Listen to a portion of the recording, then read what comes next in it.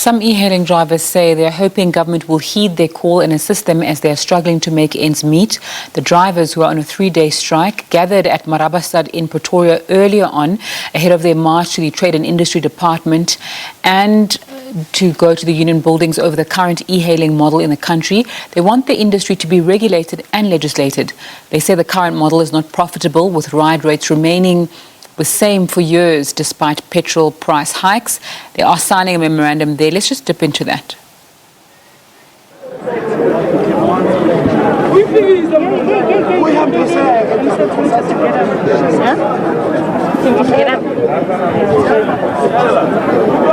Comrade, can you confirm this?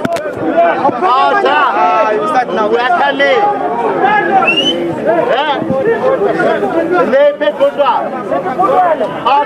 Chris, control confess these things.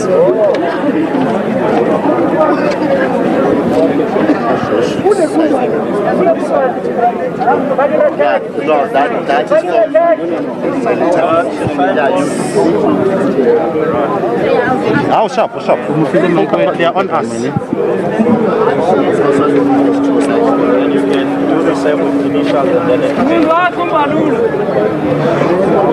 the Chief of Staff, as you can see, is currently signing a memorandum of agreement that was brought here by some of the e-hailing operators who are saying that there's lack of government regulation in this particular sector. So as you can see now in our picture, that's the Chief of Staff from the DTIC who's currently busy signing the papers. They've raised a lot of issues. They say that ever since the inception of the e-hailing system in the country, government has been very minimal in terms of enforcing the law and ensuring a fair practice. They are saying that in terms of commissions that they are getting, the operators themselves are the ones reaping the rewards and getting all the commissions, while their fares have actually been reduced over the years, despite the petrol hike that we have seen actually going up numerous times. And in fact, there's been also threats that there's also going to be even more petrol hikes. So they are saying that to a certain extent, they are not making a decent living, because once the operational costs go up,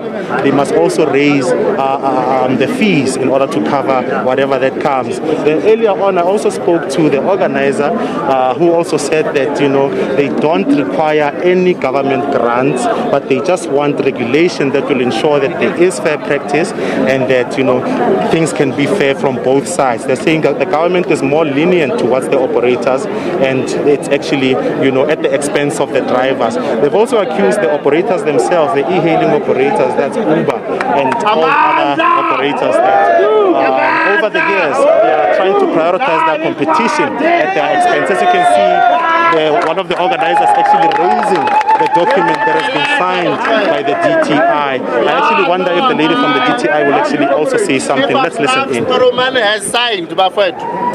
She has signed the way we can confirm. She is Turuma. No, Ottoman comrades.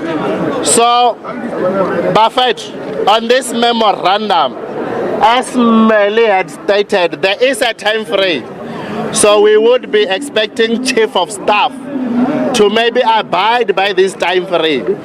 In saying so, Honorable Chief of Staff, is there anything you would like to say before we go see your president?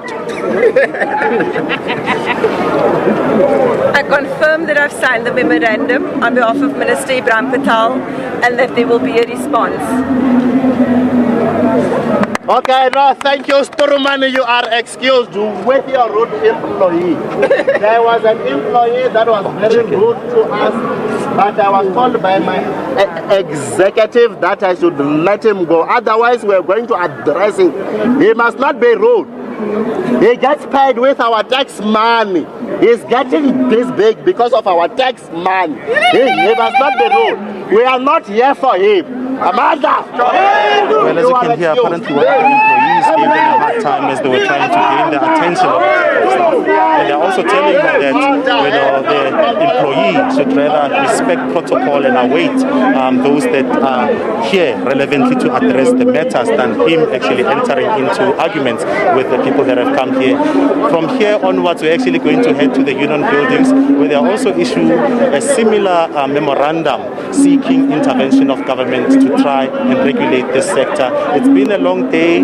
They've been at the old Patco depot since 9 o'clock this morning, only leaving just after 11 as they are waiting some of the drivers that are coming from the likes of Soweto and Tembisa. Well, as you can see, SLN Street, if I can get out of a shot, it's actually, it's ground to a standstill as most of the cars are actually parked there, and it's really difficult to sort of maneuver. If you can actually avoid this particular street, it would be advisable for you to do so. Well, thanks, Timo, giving us an update there. As he said, he is following that story, and we'll keep you updated on that. Now.